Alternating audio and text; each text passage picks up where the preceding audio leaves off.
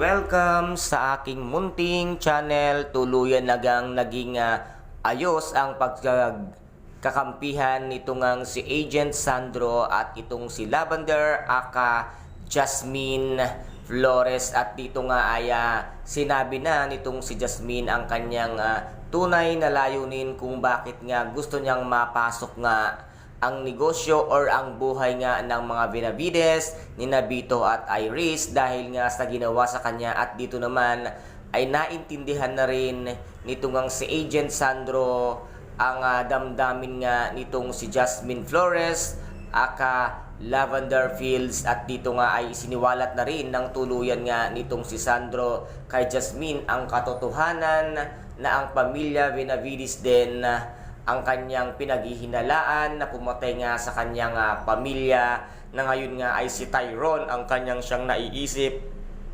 na kumitil nga ng buhay ng pamilya niya dahil si Tyrone ang huling nakausap nga ng asawa ni Agent Sandro. At ngayon nga ay tuturuan na ni Agent Sandro kung paano nga mapapasok nitong si Jasmine Flores ang negosyo nga ng mga Benavides, na siya ang kanyang gagawing spy sa loob, na wala silang kaalam-alam na ang kalaban na pala ay nakapasok sa kampo ng mga Benavides, na ito nga ang ituturo at papracticing lalo nito ngang si Agent Sandro si Jasmine Flores para mas maging malakas at matikas pa ito katulad ng inaasahan ni Agent Sandro. At wala silang kaalam-alam na ito ay magkakampi na pala ng tuluyan. At dito naman ay magbabalik na nga ng Pilipinas ito ngang si Tyrone, na siya ang ama ng tunay na anak nga nitong si Jasmine Flores.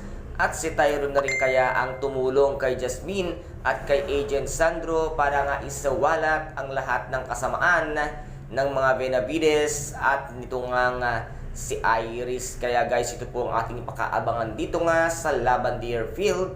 At kung nagustuhan po ninyo ang aking videos for today, subscribe na lamang po ng aking channel, paki-like and share para maging update kayo sa lahat ng gagawin kong videos. Maraming salamat po. Ingat, God bless, and bye-bye!